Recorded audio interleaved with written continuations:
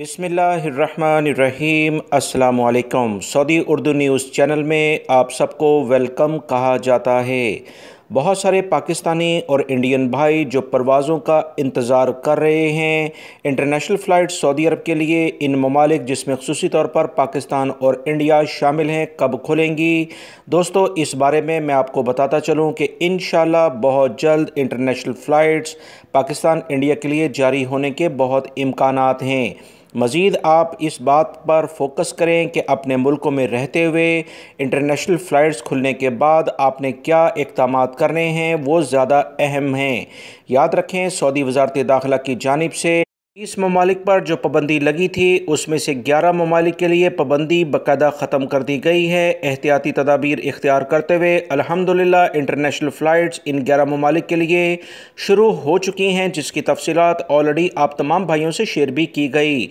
अब 9 ममालिक जिसमें पाकिस्तान और इंडिया ख़ुसूसी तौर पर शामिल है और कुछ अरब कंट्री सऊदी अरब के हमसाया ममालिक भी उसमें शामिल हैं, उनके लिए अभी परवाज़ें नहीं जारी हुई, मगर इन ममालिक के लिए परवाज़ें जारी होते ही क्या एहतियाती तदाबीर होंगी और इन ममालिक से आने वाले गैर मुल्की अफराद को किन शराइत पर पूरा उतरना होगा, ये तफसीलात इस वीडियो में आप तमाम भाइयों से शेयर की जा रही हैं।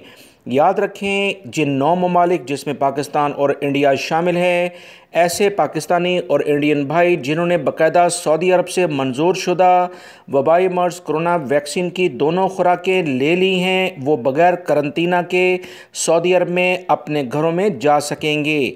मगर वो गैर मुल्की भाई जिन्होंने वैक्सीन मंजूर शुदा सऊदी अरब में, जो कि फ़ाइज़र, एस्ट्राज़ेनेका, मॉडर्ना और जॉनसन एंड जॉनसन, ये 4 वैक्सीन अगर नहीं ली तो आपको लाजमी तौर पर 7 दिन के लिए होटल में करंतना करना होगा।